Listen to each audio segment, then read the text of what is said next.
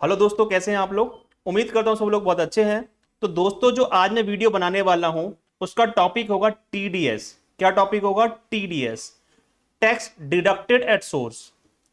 इस वीडियो के अंदर मैं वो टॉपिक्स कवर करने वाला हूं, वो टीडीएस के प्रोविजंस कवर करने वाला हूं जो एप्लीकेबल होने वाले हैं 1 जुलाई 2021 से। यस सर, जो टॉपिक्स या जो प्रोविजंस एप्लीकेबल होने वाले हैं 1 जुलाई 2021 से, उन प्रोविजंस को मैं इस वीडियो के थ्रू कवर करूंगा। तो जितने भी मेरे स्टूडेंट्स हैं, जो मेरे इंडस्ट्री के फ्रेंड्स हैं और जो इंडस्ट्रीज के अकाउंटेंट हैं, ये सब लोगों के लिए बहुत इंपॉर्टेंट वीडियो है। तो सब लोग इस वीडियो को जरूर देखें, क्योंकि सब लोगों को कहीं ना कहीं इन प्रोविजंस को अप्लाई करना है। कब से? फ्रॉम 1 जुलाई 2021 से इसको अप्लाई करना है। तो दोस्तों, तो मैं स्टार्ट करने वाला हूं वीडियो। तो मैं स्टार्ट करने से पहले आपको बता देता हूं, बेसिकली इस वीडियो के अंदर मैंने दो सेक्शंस कवर कर रहा हूं टीडीएस के, जो 1 जुलाई से एप्लीकेबल हैं। ठीक है, पहला जो प्रोविजन होगा वो केवल उसी कंपनीज के लिए, उन्हीं फर्म्स के लिए एप्लीकेबल है। जैसे मान लीजिए आपका फाइनेंशियल ईयर 1 अप्रैल 21 और 31 मार्च 2022 को क्लोज होता है। तो आपको 1 जुलाई 2021 से कुछ अमेंडमेंट्स आनी है। 1 जुलाई 21 से कुछ अमेंडमेंट्स आनी है। तो पहली जो अमेंडमेंट मैं आपको बताने वाला हूं, ये केवल उन्हीं फॉर्म्स के लिए एप्लीकेबल है जिन फॉर्म्स की 2020-21 के अंदर टर्नओवर थी 10 करोड़ से ज्यादा की। इसका मतलब अगर आपकी लास्ट ईयर की टर्नओवर 10 करोड़ से ज्यादा की है, तभी ये प्रोविजंस आपके ऊपर एप्लीकेबल होंगे। तो जो पहला सेक्शन है केवल उन्हीं फर्म्स के लिए रेलेवेंट है जिनकी लास्ट ईयर की टर्नओवर 10 करोड़ से ऊपर है। लेकिन जो सेकंड प्रोविजन मैं डिस्कस करूंगा, ये सारी की सारी फर्म्स के ऊपर एप्लीकेबल है, ऑल द फर्म्स। तो ठीक है, तो सेकंड प्रोविजन जो मैं बताऊंगा वो सारे फर्म के लोग देखें, क्योंकि ये सबके ऊपर एप्लीकेबल है और उनको आपको प्रॉपरली फॉलो करना है। अदरवाइज इसके कंसिक्वेंसेस बहुत हार्ड होने वाले हैं आप लोगों के लिए। ठीक है, तो पहला प्रोविजन आपको समझ में आ गया किन फर्म्स के लिए एप्लीकेबल है, जिनकी टर्नओवर एक्सीड कर रही है 10 करोड़ से ऊपर। और सेकंड प्रोविजन सारी के सारी फर्म्स के ऊपर एप्लीकेबल है। ठीक है, डज नॉट मैटर। तो चलिएगा, तो स्टार्ट कर रहे हैं हम लोग नंबर 1 प्रोविजन से। चलिए स्टार्ट करते हैं। तो सबसे पहला प्रोविजन है TDS on purchase of goods. TDS on purchase of goods. Sir goods not services, पहली बात यहां पर सर्विसेज नहीं है सर, गुड्स के ऊपर प्रोविजन एप्लीकेबल है सर। अगर आप लोग परचेज कर रहे हैं गुड्स, तब यह प्रोविजन एप्लीकेबल हुआ। और सेक्शन है हमारा 194 क्यू। सेक्शन कौन सा हमारा? 194 क्यू। ध्यान सुनिएगा। और परचेस कौन करेगा? गुड्स की परचेस कौन करेगा? परचेस करने वाले को क्या बोलते हैं हम लोग? बायर। क्या बोलते हैं हम लोग? बायर। तो इसका मतलब ये प्रोविजन बायर्स के ऊपर है, वो बायर्स। ठीक है ना। तो 194 क्यू का प्रोविजन किसके ऊपर एप्लीकेबल है? बायर्स के ऊपर एप्लीकेबल है, जो परचेस कर रहे हैं। तो ध्यानपूर्वक सुनिएगा प्रोविजन क्या है। अब मैं आपको एक डायग्राम के थ्रू बता रहा हूं, सुनिएगा। मान लीजिए सर एक कंपनी है या एक फर्म है, इस फर्म का नाम है मान लीजिए एक्स प्राइवेट लिमिटेड, या कोई भी कंपनी का नाम ले लीजिए XYZ। ठीक है, मैंने ले लिया एक्स प्राइवेट लिमिटेड कंपनी है, और इसकी टर्नओवर एक्सीड कर रही थी 10 करोड़ से। कब एक्सीड कर रही थी? प्रीवियस ईयर 20-21 की टर्नओवर आपकी 10 करोड़ से ऊपर है। तो ये प्रोविजन तभी एप्लीकेबल होगा जब आपकी टर्नओवर पिछले साल की 10 करोड़ से ऊपर है, पहले ध्यान रखना। चलेगा। अब ये बहुत सारे लोगों से परचेजिंग करती है अपने गुड्स की, गुड्स परचेज करती है बहुत सारे लोगों से। लेट सपोज वाई से परचेज करती है, ए से परचेज करती है, बी से परचेज करती है, सी से परचेज करती है। बहुत सारे इनके वेंडर्स होते हैं जिनसे कोई कंपनी क्या कर रही होती है? गुड्स परचेज कर रही होती है। ठीक है, लेट सपोज इसने पूरे फाइनेंशियल ईयर 1 जुलाई 21 से 31 मार्च 2022 तक, अगर इनको लगता है कि इनकी परचेज की वैल्यू कितनी होने वाली है? मोर देन 50 लाख है। कितनी है? More than 50 lakh. अगर आपके किसी पर्टिकुलर वेंडर से परचेज का अमाउंट एक पूरे फाइनेंशियल ईयर में परचेज की वैल्यू 50 लाख से ऊपर होने वाली है। तो ध्यान सुनिएगा, 50 लाख रुपए से ऊपर की परचेज करने वाले from single vendor, single vendor से आपका परचेज का अमाउंट 50 लाख से ऊपर होने वाला है। तो लॉ क्या बोलता है, ध्यान सुनिएगा, लॉ का मतलब 194 क्यू। 194 क्यू बोलता है कि अगर आप किसी पर्टिकुलर बायर से पूरे फाइनेंशियल ईयर में, क्योंकि इस साल हमारा प्रोविजन 1 जुलाई से एप्लीकेबल हो रहा है, तो यहां पे फाइनेंशियल ईयर की जगह मैं वर्ड लिख रहा हूं 1 जुलाई से 31 मार्च 22 तक, ठीक है। तो एक फाइनेंशियल ईयर में अगर आप किसी पर्टिकुलर वेंडर से परचेजिंग कर रहे हो मोर देन 50 लाख रुपीज की, मोर देन 50 लाख रुपीज की परचेजिंग कर रहे हो, तो उस केस में किसको बताना बच्चों, ये जो बायर है वो टीडीएस काटेगा सर, वो टीडीएस काटेगा 0.10% की रेट से। अगर आप किसी भी वेंडर से पूरे साल की 10 लाख से ऊपर की परचेजिंग करने वाले हो तो you will have to deduct TDS, और रेट होगी टीडीएस की 0.10% की रेट से। और सर टाइम क्या होगा, किस समय काटना है, वही टाइम होगा जिस समय आप उसमें बुक्स में एंट्री कर रहे हो, ठीक है, या जब जिस समय उसकी पेमेंट कर रहे हो। इसमें जो भी डेट पहले की आएगी अर्लियर, उस डेट पे आपको टीडीएस काटना है, ठीक है। बुक्स में एंट्री कब करते हो, जैसे आप उसे परचेज कर लेते हो। पेमेंट में भी एडवांस और पेमेंट में भी डेफर्ड। मान लिया हमने परचेज किया 1 अगस्त को, ठीक है, 1 अगस्त 2021 को परचेजिंग करी, और पेमेंट कर रहे हो आप 16 अगस्त 2021 को, तो डेट कौन सी पहले है, 1 अगस्त पहले है। वे परचेज कर दिया, बुक्स में एंट्री कर लोगे, और पेमेंट कर रहे हो बाद में 16 अगस्त को, तब वो टीडीएस कब काटना होगा, अर्लियर डेट, दैट इज 1 अगस्त 2021 को। और वहीं पे सेकंड बात आती है, मान लीजिए बुक्स में एंट्री कर रहे हो आप लोग कब, 1 अगस्त को, लेकिन पेमेंट आप कर चुके हो 15 जुलाई को पेमेंट कर चुके, एडवांस पेमेंट भी कई बार करनी पड़ती है, तो इसमें अर्लियर डेट कौन सी होगी, 15 जुलाई। तो टीडीएस कब काटना पड़ेगा, 15 जुलाई। तो टीडीएस काटने का जो समय होता है वो होता है जब आप बुक्स में एंट्री कर रहे होते हो या उस बायर को पेमेंट, सॉरी उस वेंडर को पेमेंट कर रहे होते हो। इनमें से जो भी डेट पहले होगी उस डेट को आपको टीडीएस काटना पड़ेगा। तो आई होप ये प्रोविजन आपको काफी हद तक क्लियर हो गया होगा। बाकी इसके जो और डिटेल पॉइंट्स मैं अभी डिस्कस करने वाला हूं, लेकिन मैंने कभी ओवरव्यू दे दिया इस प्रोविजन का। क्या प्रोविजन का ओवरव्यू दिया कि अगर आपकी फर्म की पिछले साल की टर्नओवर 10 करोड़ से ज्यादा की है और आप किसी एक बंदे से पूरे साल भर में परचेजिंग कर रहे हो कितनी, मोर देन 50 लाख रुपीज की, तो आपको उस बंदे का टीडीएस काटना है 0.10% से। और टीडीएस काटने का जो समय रहेगा जब आप उसको पेमेंट करते हो वो डेट चेक करो, और उसकी बुक्स ऑफ में एंट्री का बनाते वो चेक करो।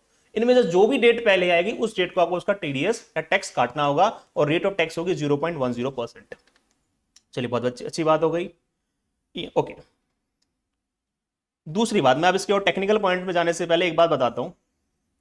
सर जो मेरे भाई, जो मेरे दोस्त पहले से जानते होंगे, जो लोग अकाउंट्स लाइन में उनको तो अच्छे से पता होगा, हमारे टाइम पहले भी एक प्रोविजन था टीसीएस का। ये प्रोविजन कहीं ना कहीं उससे मैच हो रहा है। वो प्रोविजन था 206C1H सेक्शन में था। सर मैं बताता हूं, सेक्शन नंबर 206C1H के अंदर पहले भी एक टीसीएस का प्रोविजन था। जो प्रोविजन क्या कहते हैं जरा सुनिएगा, देखना क्या होता है वो प्रोविजन। मान लीजिए वो प्रोविजन टीसीएस का कहते हैं ओल्ड प्रोविजन है, जो पहले भी था और आज भी है। ये प्रोविजन क्या जरा समझना, इसमें बोला था कि अगर कोई बंदा सेलर, ये सेलर के ऊपर एप्लीकेबल था। ये वाला प्रोविजन किसके ऊपर एप्लीकेबल है, बायर के ऊपर, ठीक है। और ये प्रोविजन किसके ऊपर था, सेलर के ऊपर एप्लीकेबल था। अगर सेलर है, उसकी लास्ट ईयर की टर्नओवर एक्सीड करती है 10 करोड़ से, ठीक है, तो और लास्ट ईयर की, ये भी कब एप्लीकेबल है, लास्ट ईयर की टर्नओवर आपकी 10 करोड़ से ऊपर की है, और वो किसी बायर को सेल कर रहा है कितना, more than 50 lakh rupees, more than 50 lakh rupees की सेलिंग कर रहा है किसी पर्टिकुलर बायर को, मोर देन 50 लाख रुपीज की शेयर सेल कर रहा है एक पर्टिकुलर बायर को, तो वो टीसीएस कलेक्ट करेगा उस बायर से अपनी सेल के ऊपर कितना, 0.10% का। ये टीसीएस का प्रोविजन था, समझ में आ रही है। पुराना टीसीएस का प्रोविजन है जो आज भी है, पहले भी था और आज भी है। जो कहां पे था 2061H के अंदर था सर, कि अगर आपकी लास्ट ईयर की टर्नओवर 10 करोड़ से ऊपर हो गई है और आपको किसी बायर को सेल कर रहे हो मोर देन 50 लाख रुपीस का, तो उस वैल्यू पे आप टीसीएस कलेक्ट करोगे, 0.10% का टीसीएस कलेक्ट करोगे। तो ये पहले भी था, आज भी था। तो इसी से मिलता हुआ प्रोविजन हमारा 194 क्यों में लाया है, लेकिन ये किसके लिए लाया है? बायर के लिए। अच्छा जी, हाँ जी, तो ये किसके लिए लाया हुआ है? बायर के लिए। ओके, अब सर एक क्वेश्चन आता है, एक क्वेश्चन आता है मेरे सामने, बहुत भयंकर एक क्वेश्चन आ रहा है।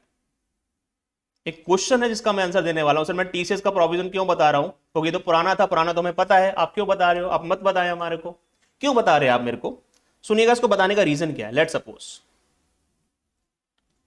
ये मिस्टर एक्स है और ये कौन है जी? Mister Y. दोनों बिजनेसमैन है, ठीक है। इसकी लास्ट ईयर की सेल एक्सीड थी 10 करोड़, एक्सीड थी 10 करोड़ से, ठीक है। तो इसके ऊपर ओके, इसने वाई को सेल करी, ठीक है, फाइनेंशियल ईयर 21-22 के अंदर वाई को सेल करी 60 लाख रुपीस की, बोले ठीक है। वाई को सेल करी 60 लाख रुपीस की, तो क्वेश्चन आता है कि इसको टीसीएस एप्लीकेबल हो जाएगा 0.10% से, टीसीएस लगाना पड़ेगा अपने बिल पे। बोले यस और नो? यस सर, क्योंकि लास्ट ईयर की सेल इसकी 10 करोड़ से ऊपर की थी और उसने वाई को सेल कर दी 60 लाख रुपीस की, टीसीएस लगाना पड़ेगा अपने सेल के ऊपर, टीसीएस कलेक्ट करना पड़ेगा डेफिनेटली सर। अब सर जरा सुनिएगा, वाई के ऊपर क्या हुआ। वाई की लास्ट ईयर की सेल कितनी थी बताना? लास्ट ईयर की सेल वाई की भी एक्सीड कर रही थी, कितने से? 10 करोड़ से। इसने एक्स से परचेज कितने की करी है? 60 लाख की। तो इसके ऊपर 194 क्यों लगने वाला है? इसको टीडीएस काटना पड़ेगा 0.10% से। ये सेक्शन हो गया 206C1H और ये सेक्शन हो गया 194Q। दोनों सेक्शन एप्लीकेबल हो गए सेम ट्रांजेक्शन पे, सेम ट्रांजेक्शन के ऊपर दोनों सेक्शन एप्लीकेबल हो रहे हैं। एक्स के लिए क्या हो रहा है कि एक्स जो माल बेच रहा है सिंगल बायर को, वो 60 लाख रुपए होगा, 50 लाख से ऊपर होगा, टीसीएस लगाएगा। और वाई कह रहा है परचेज कर रहा है 50 लाख से ऊपर, सेम है या नहीं है सर?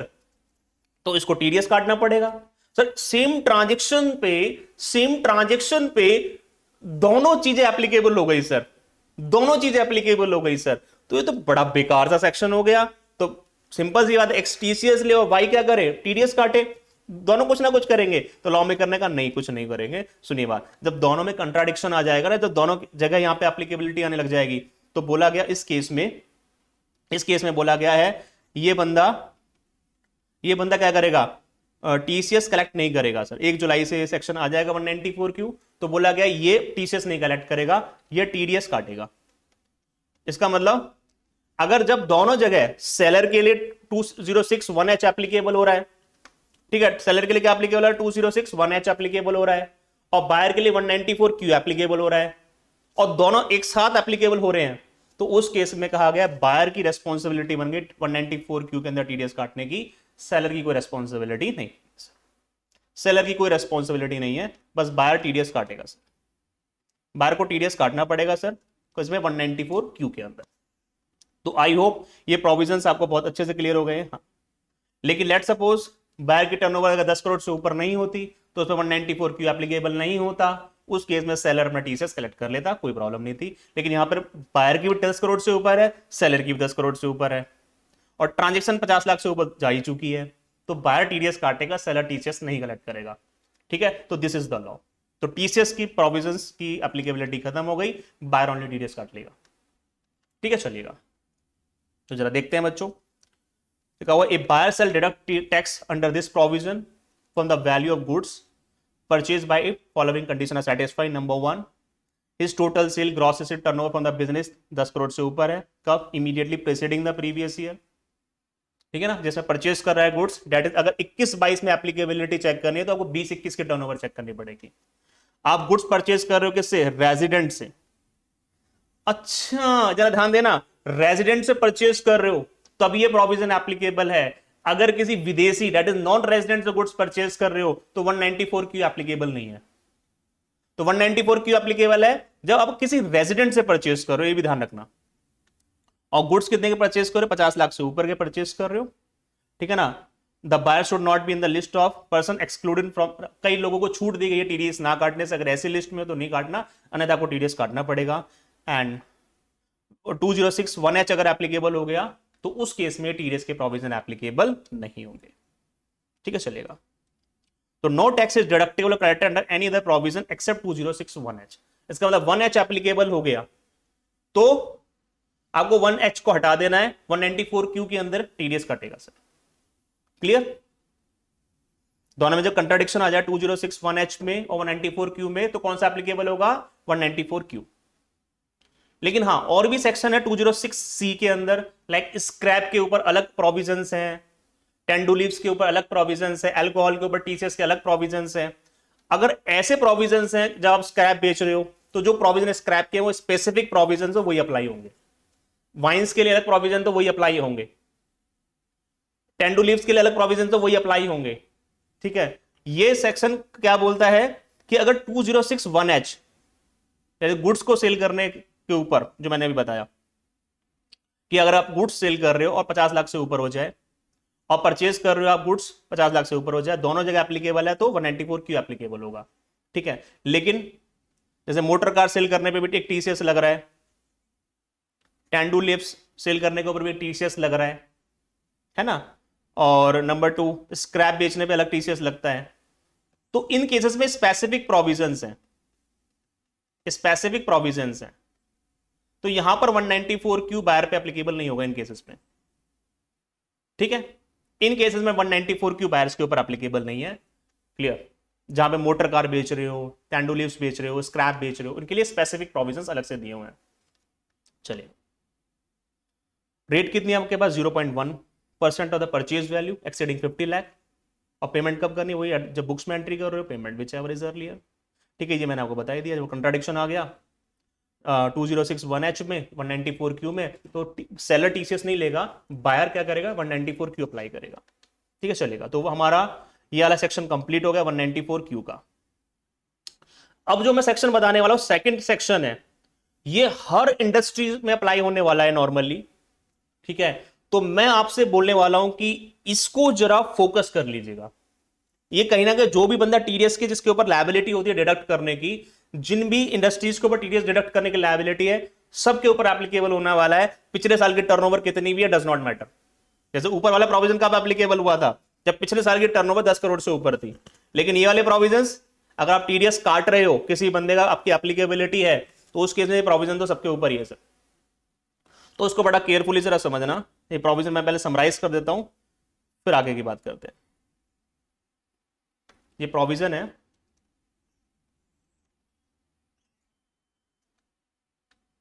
आपका, सेक्शन है आपका 206AB।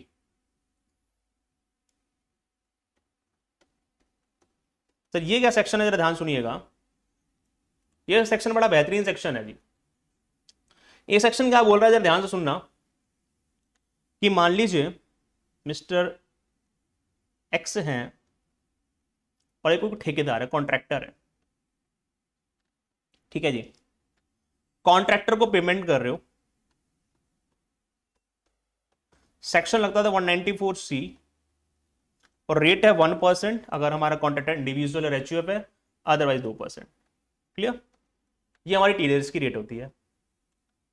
सिंपल सा ये था कि अगर आप मान लो पेमेंट कर रहे हो कॉन्ट्रैक्टर की 194C के अंदर, तो अगर कॉन्ट्रैक्टर हमारा इंडिविजुअल और एचयूएफ है तो आप 1% टीडीएस काटोगे, अदरवाइज 2% से। लेकिन ये सेक्शन बोलता है, क्या बोलता है, ध्यान सुनिएगा। अब इस बंदे के ऊपर एक ऑब्लिगेशन थोप दी गई है। ये बंदा कौन है, पेयर, जो कॉन्ट्रैक्टर को पेमेंट कर रहा है, पेयर। प्लीज जो बात मैं बताने वाला हूं बहुत इंपॉर्टेंट है, मार्क कर लेना इस चीज को। सारे अकाउंटेंट्स इंडस्ट्रीज के जितने भी लोग इसको प्रैक्टिकली अप्लाई करने वाले, मार्क कर लेना इस पॉइंट को जो मैं बताने वाला हूं। जो भी बंदा टीडीएस काट रहा है उस बंदे को इंपॉर्टेंट चीज है, ये बहुत ध्यान रखना। क्या इंपॉर्टेंट चीज है, जरा फोकस करके सुनना। उस बंदे को ध्यान रखना है कि पेयर को आज की डेट में चेक करना पड़ेगा। मान लीजिए आप 21-22 में टीडीएस काट रहे हो, क्योंकि ये प्रोविजन 21-22 से ही आ रहा है। 1 जुलाई से, ठीक है। तो आपको मार्क करो कि यू हैव टू चेक क्या पिछले 2 साल की बंदे की आईटीआर फाइल्ड है नहीं है। आपको लास्ट 2 इयर्स की उसकी आईटीआर की एक्नॉलेजमेंट लेनी पड़ेगी। यू हैव टू चेक क्या उस बंदे ने लास्ट 2 इयर्स की आईटीआर फाइल कर दी है। अरे सर हमें कैसे पता चलेगी? देखो वैसे तो मैं आपको बता देता हूं कि इनकम टैक्स का पोर्टल अमेंड हो रहा है। इस पोर्टल के अंदर बेसिकली अब ये फैसिलिटी लाने वाले हैं कि आप चेक कर सको कि जिसको आप पेमेंट कर रहे हो कि उस बंदे ने अपने पिछले सालों की आईटीआर फाइल करी नहीं करी, वो चेक कर सकते हो। लेकिन जब तक अपडेशन नहीं हो रही है, मैं आपको सजेस्ट करूंगा कि आप जिन भी वेंडर्स को कॉन्ट्रैक्ट फीस की या प्रोफेशनल को प्रोफेशनल फीस की पेमेंट कर रहे हो, तो प्लीज प्लीज प्लीज उस बंदे से लास्ट 2 इयर्स की आईटीआर जरूर ले लें, ठीक है। तो आपको लास्ट 2 इयर्स की आईटीआर के लिए वर्किंग करनी पड़ेगी, तो उनसे एक्नॉलेजमेंट जरूर ले लेना कि भाई उन लोगों से एक्नॉलेजमेंट लोगे तभी तो आपको क्लियर होगा कि लास्ट 2 इयर्स की आईटीआर फाइल करी नहीं करी है।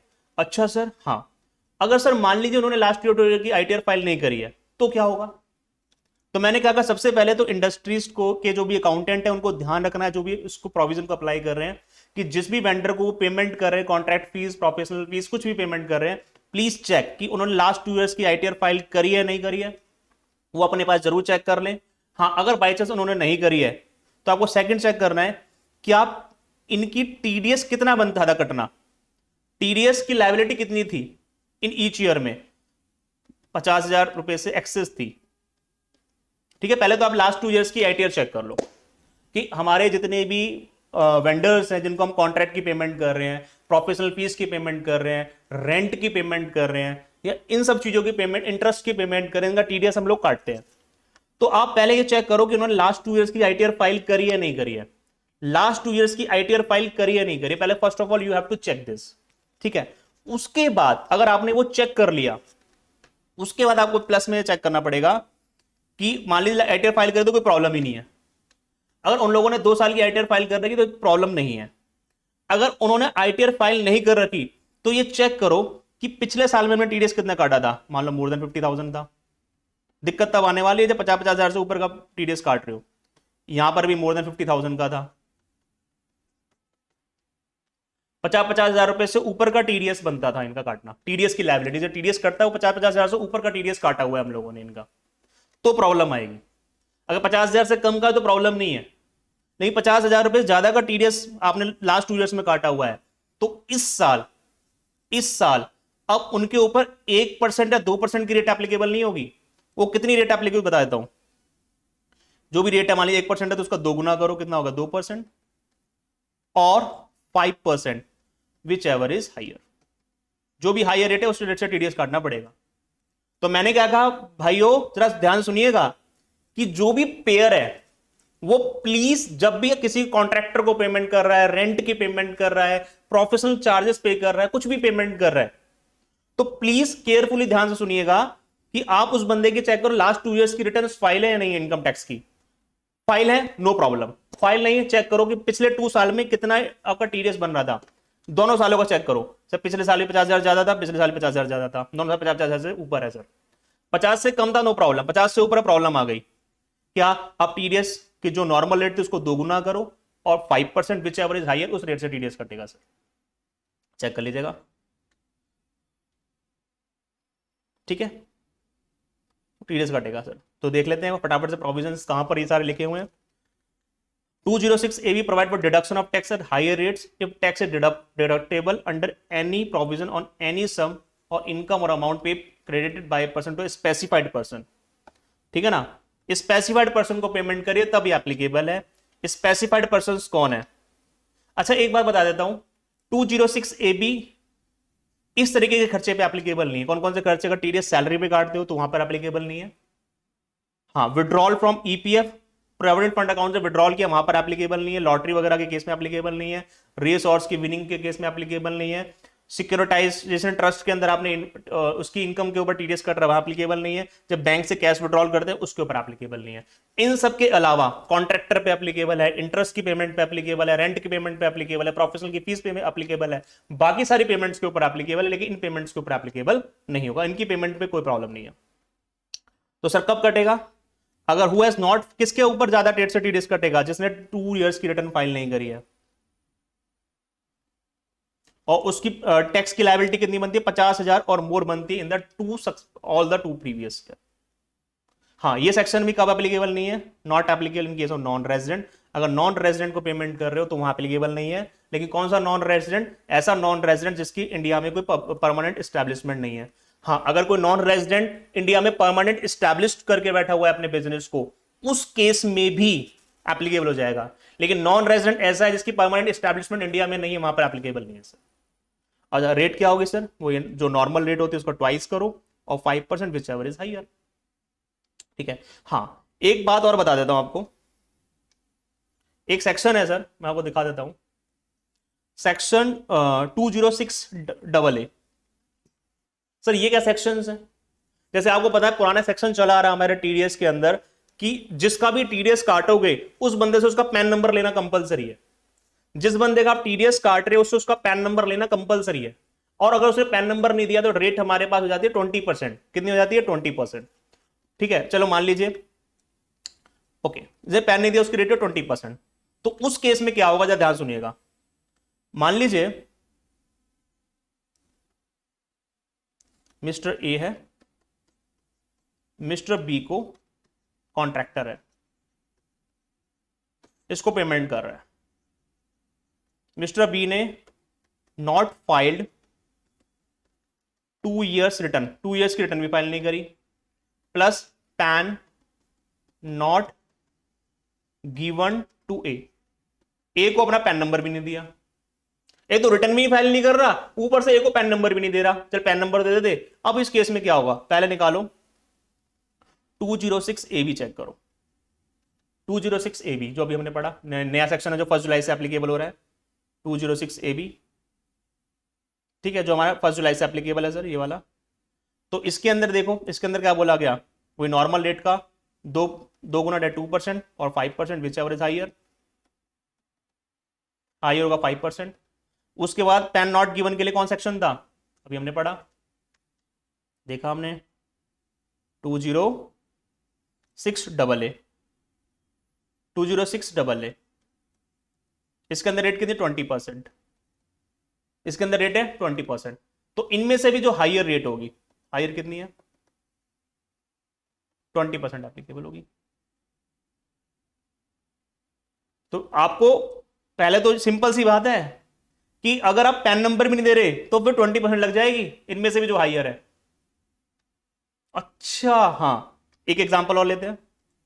मान लीजिए मिस्टर ए है, ये मिस्टर बी है। मिस्टर बी प्रोफेशनल है, प्रोफेशनल का टीडीएस करता है 194J में, नॉर्मल रेट होती है 10% की।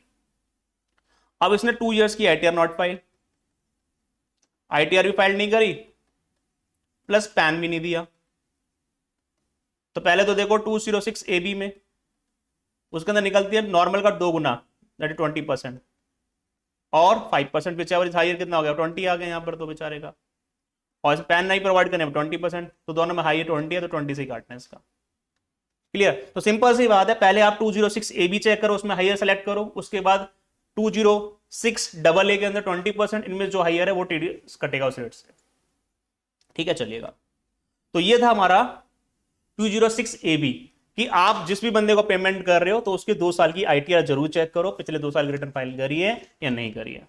ठीक है, और अगर नहीं करी है तो चेक करो कि 2 साल की लायबिलिटी कितनी बन रही थी हर साल में, 50,000 से ज्यादा बन रही है, 50,000 या 50,000 से ज्यादा बन रही है, 50,000 या उससे ज्यादा बन रही है, वो चेक करो। या 50,000 और 50,000 ज्यादा बन रही है तो उस केस में आपको ये प्रोविजन लगेंगे। हाँ, 50,000 से कम लायबिलिटी थी तो प्रॉब्लम नहीं, उसकी टैक्स लायबिलिटी 50,000 से ज्यादा नहीं थी, टीडीएस की लायबिलिटी 50,000 ज्यादा नहीं थी, तो कोई प्रॉब्लम नहीं है। ठीक है, अच्छा हाँ, सेम प्रोविजन टीसीएस में भी ला दिया गया है।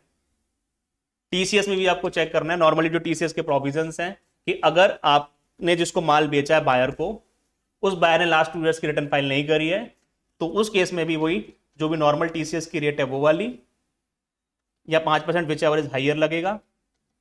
और अगर मान लीजिए रिटर्न फाइलिंग के साथ पैन भी नहीं दिया, तो जो 2066 के अंदर 5% की रेट थी और इनमें से हाइयर विच एवर इज, दोनों सेलेक्ट करना है। तो बिल्कुल टीसीएस की में ना टीडीएस की कॉपी कर दी गई है या नहीं है? कि अपने बायर के 2 साल की आईटीआर भी चेक करो, अगर फाइल करी है तो वेल एंड गुड है, नहीं करी तो आप चेक करो कि नॉर्मली 50,000 से ऊपर की लायबिलिटी है या नहीं है।